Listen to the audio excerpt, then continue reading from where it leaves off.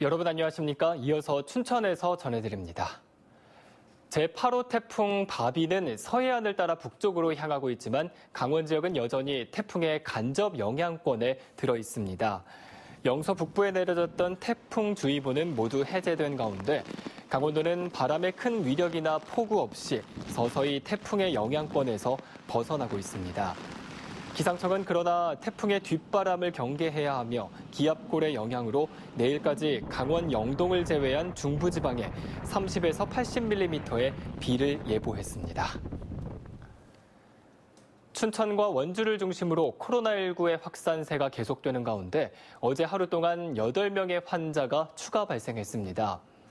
강원도에 따르면 지난 밤새 원주 확진자 부부의 자녀인 생후 18개월의 남아가 양성 판정을 받는가 하면 10대 확진자의 부모도 확진이 나와 원주에서만 확진자가 3명이 늘었습니다.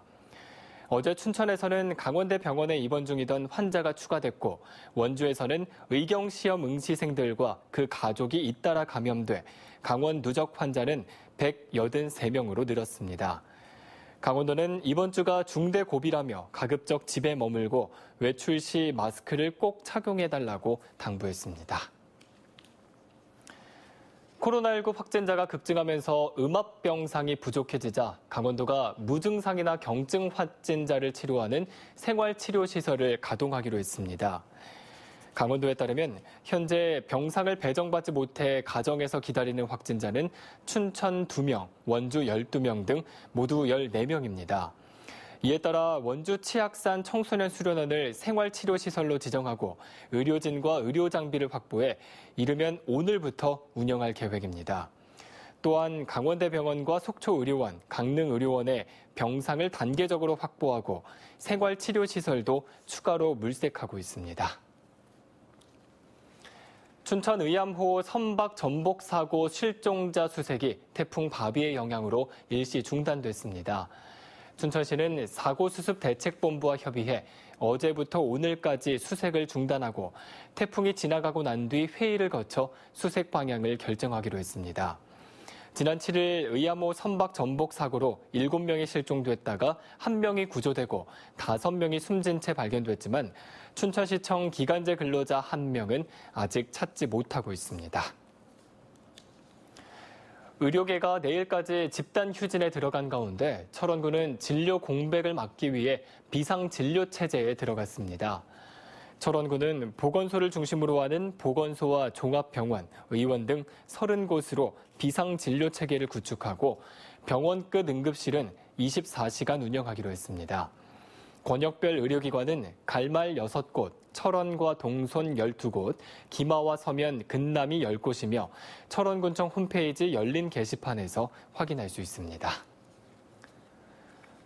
접경지역 의료 사각지대에 군부대 닥터 헬기가 투입됩니다. 양구군은 중증 환자 치료와 닥터 헬기 이착륙, 환자 수송에 필요한 군부대 닥터 헬기를 이용하기 위해 오는 9월 중 의무사령부 항공대와 정식 업무 협약을 체결한다고 밝혔습니다.